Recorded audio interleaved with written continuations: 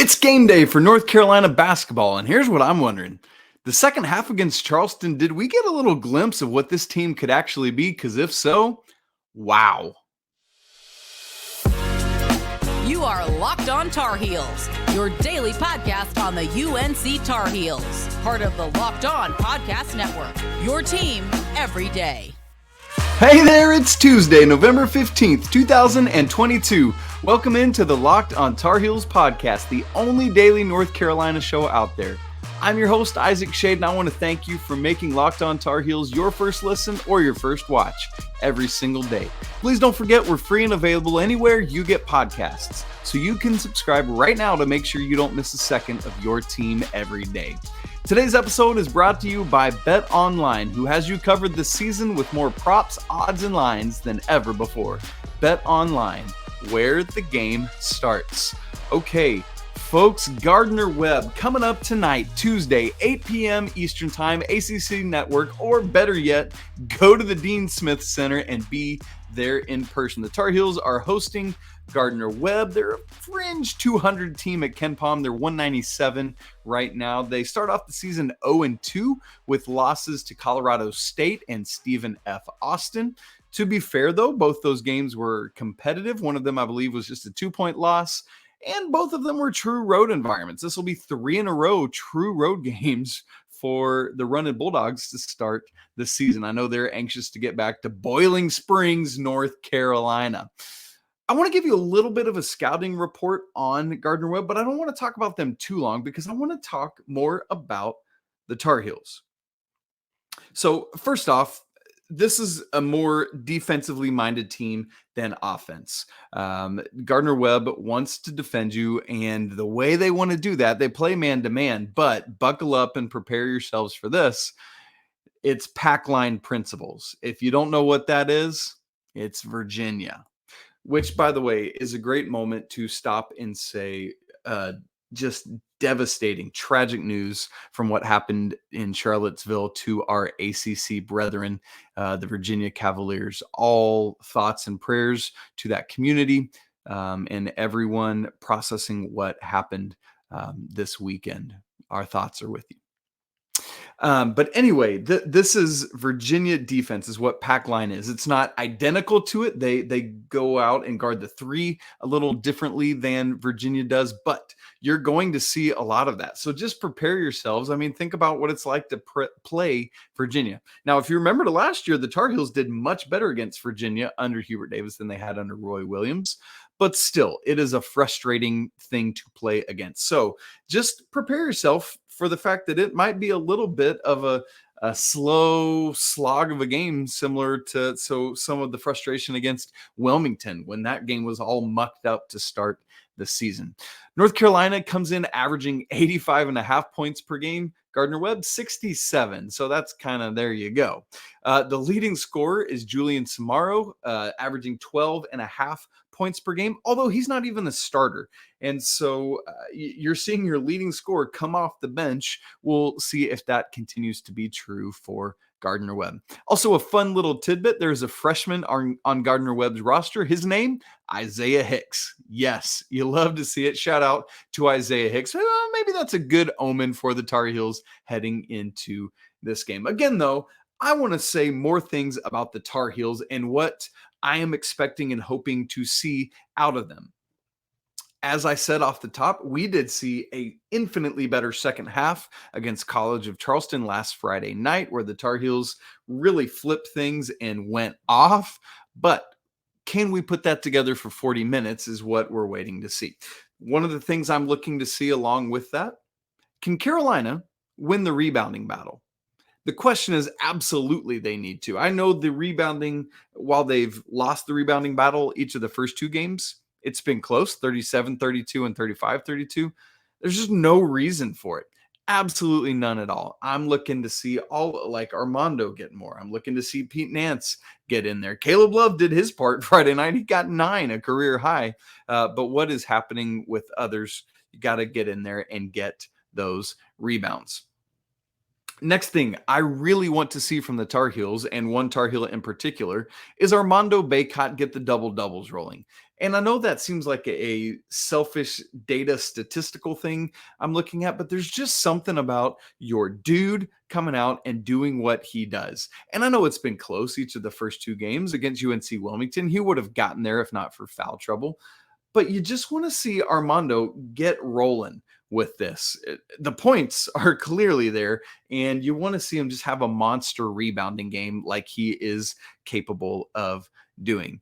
Speaking of rebounding, the third thing I really would love to see from the Tar Heels tonight in this game is more assertiveness from Pete Nance in his on-court game. The leadership assertiveness that he's showing is beyond what I expected, quite frankly. Love where that is at.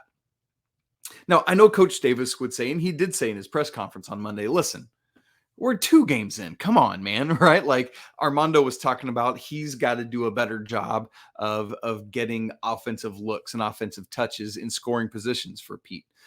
And so I get the slow down the horse a little bit. We're 2 games in, but still, I just would like to see Pete have a game. You know what I mean? One of those. And I feel like that's got to be coming at some point. You don't know when it is. Again, with a team this talented, they're going to trade off nights, right? Like each guy's going to get his opportunity to do it. I'd love to see that from Pete Nance, maybe even tonight. And then the next thing I'm curious about that I really want to see is the complete we got to come up with a name for this throughout the season, but the complete Leaky Black, because the defense is always and will always be there. That's that is the starting point. That's the bottom line.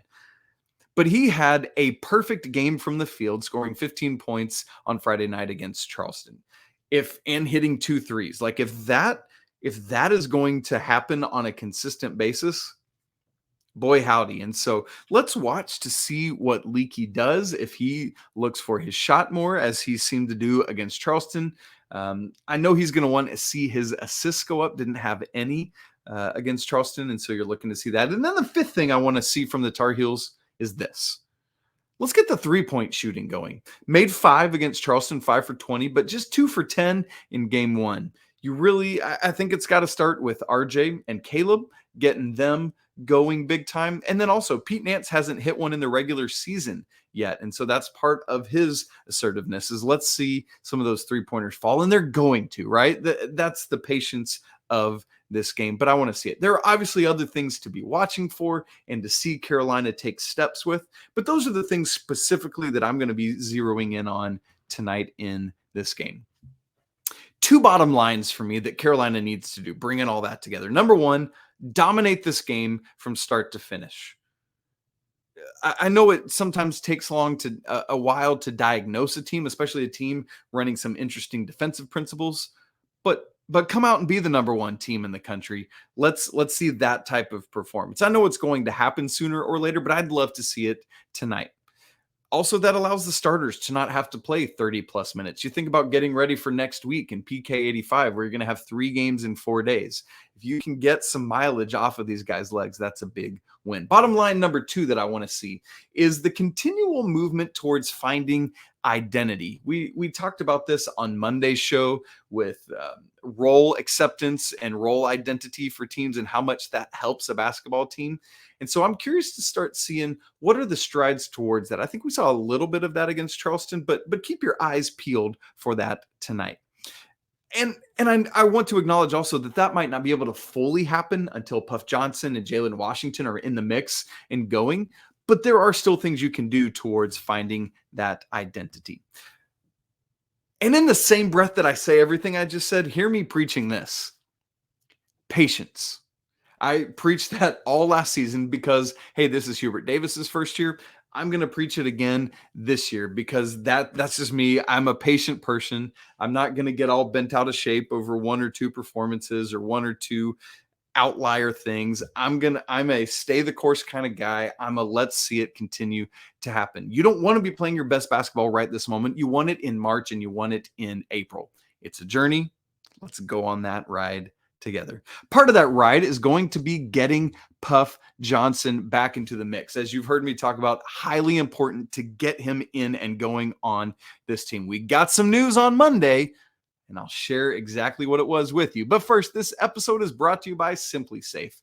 Did you know that over the holidays, property crimes like burglaries and package thefts spike all over the country? So that's why our friends at Simply Safe are offering 50% off their award-winning security system so that more families can feel safe and secure and have peace of mind this holiday season.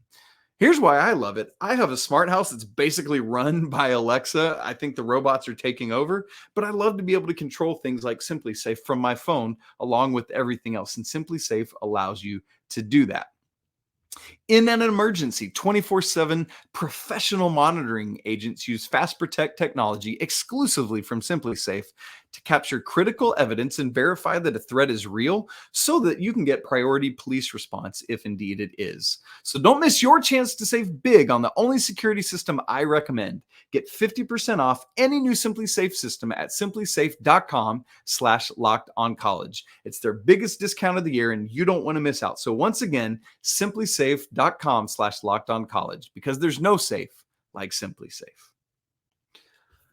Folks, before we talk about Puff Johnson, let me ask you to make your second listen of the day. Check out the Locked On Sports Today podcast. From the games that matter most to the biggest stories in sports, go beyond the scoreboard and behind the scenes with the access that only the hosts of the Locked On Network can bring you. Locked On Sports Today. It's available on YouTube, Odyssey, and anywhere else you get your podcasts.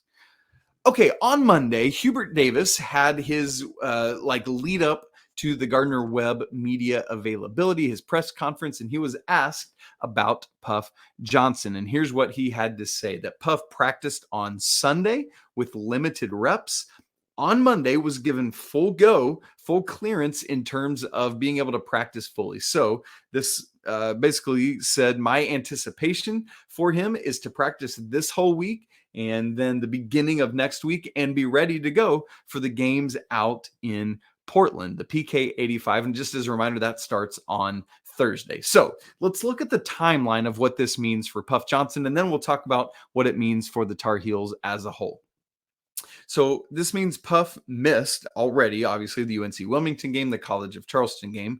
There are 2 more games before the Tar Heels head out west. That's Gardner Webb tonight, and that is James Madison coming up on Sunday. So grand scheme of things, if Puff Johnson only misses 4 games and is a go the rest of the season, money, bank. You love it to see it. He's missed double-digit games in each of his first 2 seasons. So that would be a huge win. So in terms of what he would be back for, Thursday, the first PK85 game is against Portland. That's on Thanksgiving Day. Make your plans to watch that game. And then on Friday, Carolina will either play Iowa State or Villanova, depending on who wins and who loses each game.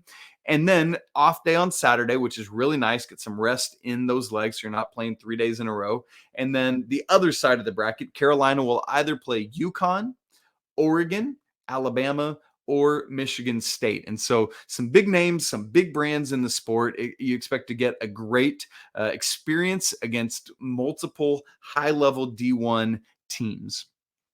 So again, thankfully, this is not 3 games in 3 days, 3 games in 4 days, which allows Carolina to not have to utilize quite as much of the depth if they don't want or need to, but you have to, when you're playing back-to-back days, think about ACC tournament time where you need to bring in some of those other people. And so the fact that you get Puff Johnson back for these games is monumental for Coach Hubert Davis. While at the same time, let me remind you that when a player is just coming back, being a full go in practice is a whole different ball of wax than being full go in game situation. And so don't expect Puff Johnson to come in and be ready to give 20, 25 minutes in these first couple games. You might see him 10, maybe 15, because Coach Davis wants to get him out there for multiple minutes as soon as he can.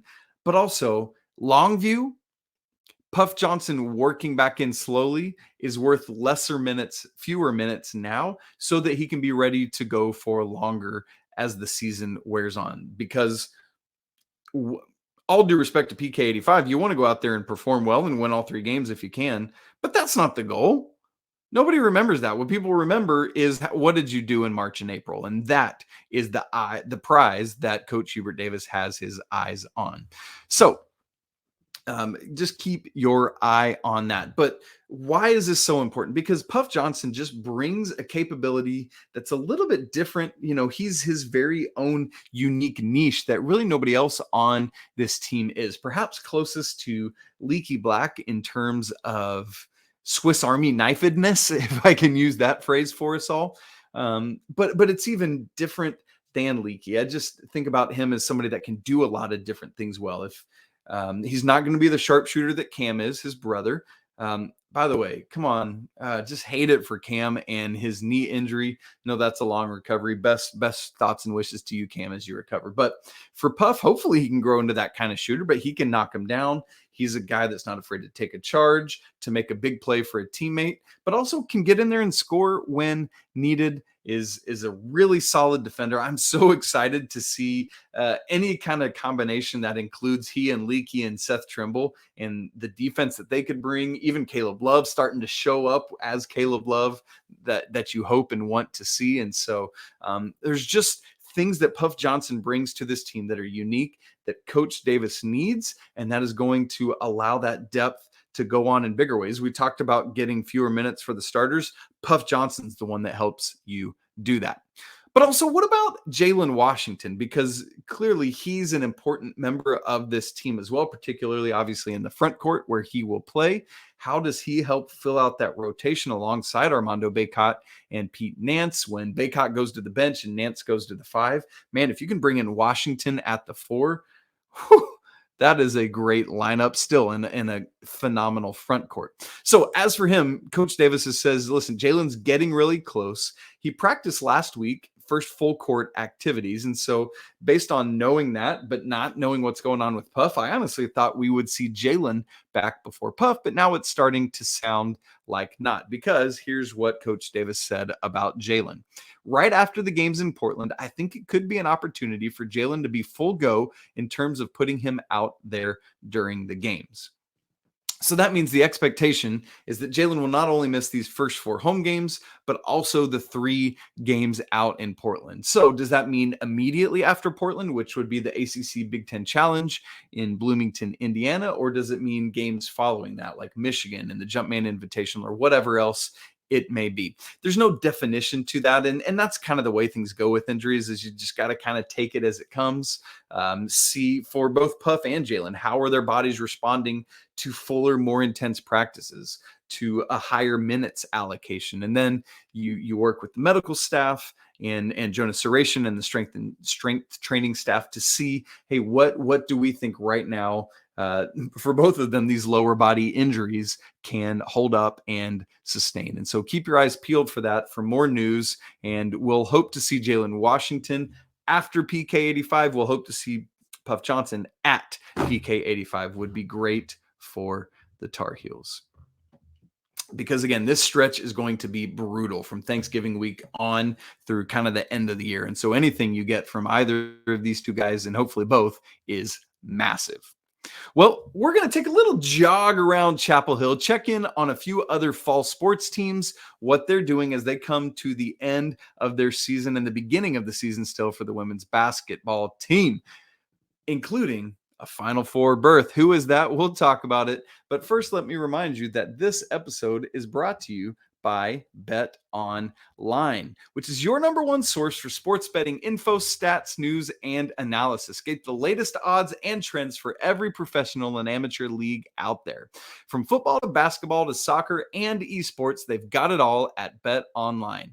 And if you love sports podcasts, man, you can find those at Bet Online as well. They're always the fastest and easiest way to get your betting fix. And I always love waiting to see what numbers come out right now about Drake May's Heisman odds, about Carolina as a team, and how their national championship odds are progressing, especially now that they've clinched a spot in the ACC championship game.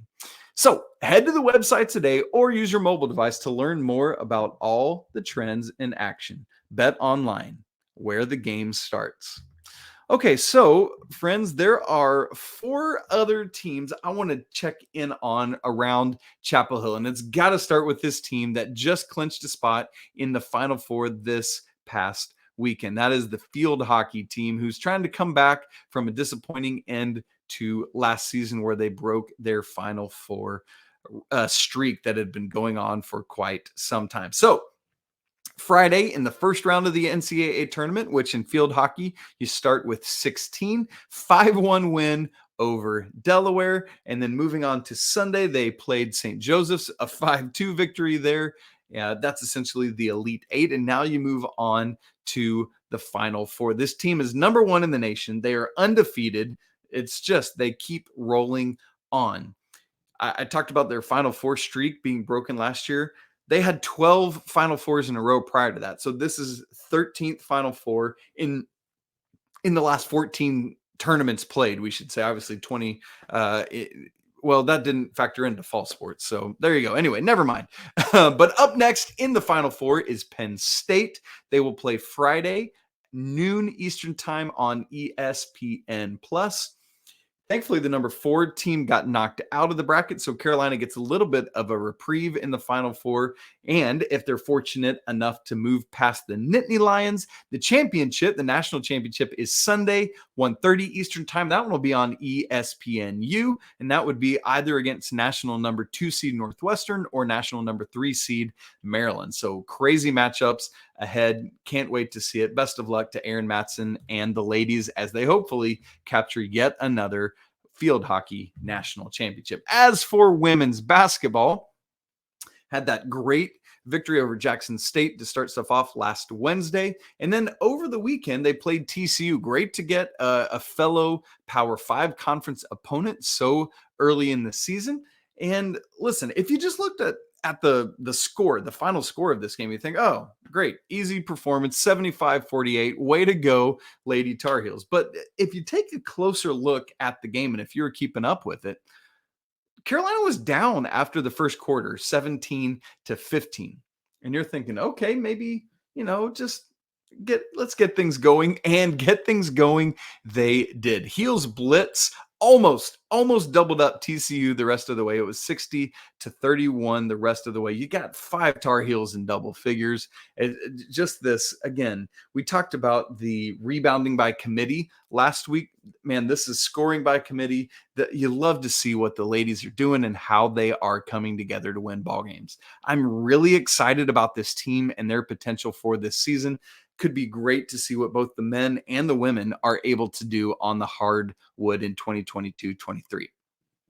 All right, for the final 2 teams I want to talk about on our little tour of Chapel Hill, I wanted to talk about the 2 soccer teams. First, the women's soccer team, who was already underway in the NCAA tournament.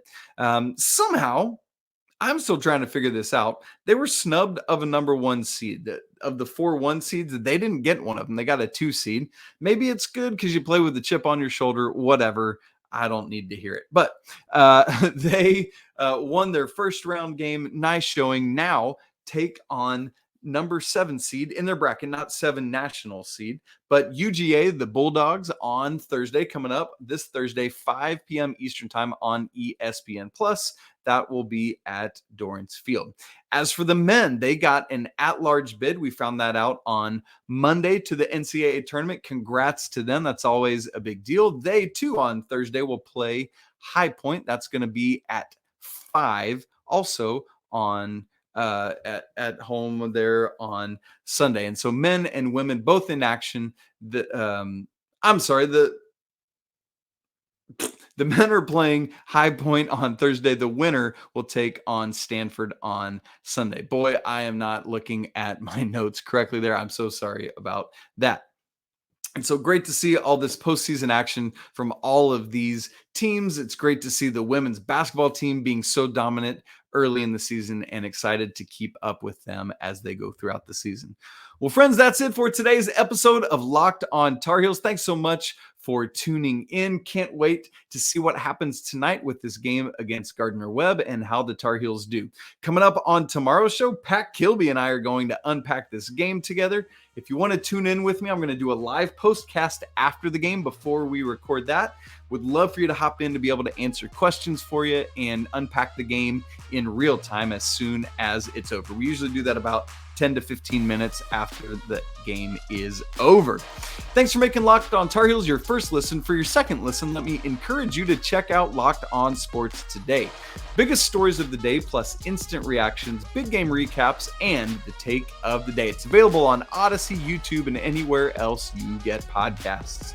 You can follow the show on Twitter at Locked On Heels. You can follow me at Isaac Schade. Would love for you to send the show an email if you are an emailer instead of a social media person. LockedOnTarHeels@gmail.com. Would always love to hear from you and chat back and forth with you. Please don't forget to subscribe. And for those of you watching, smash the like button, leave comments, and we will talk to you soon. Want to remind you, it's always a great day to be a Tar Heel, and until tomorrow or until tonight, if you dive into the live postcast. Peace.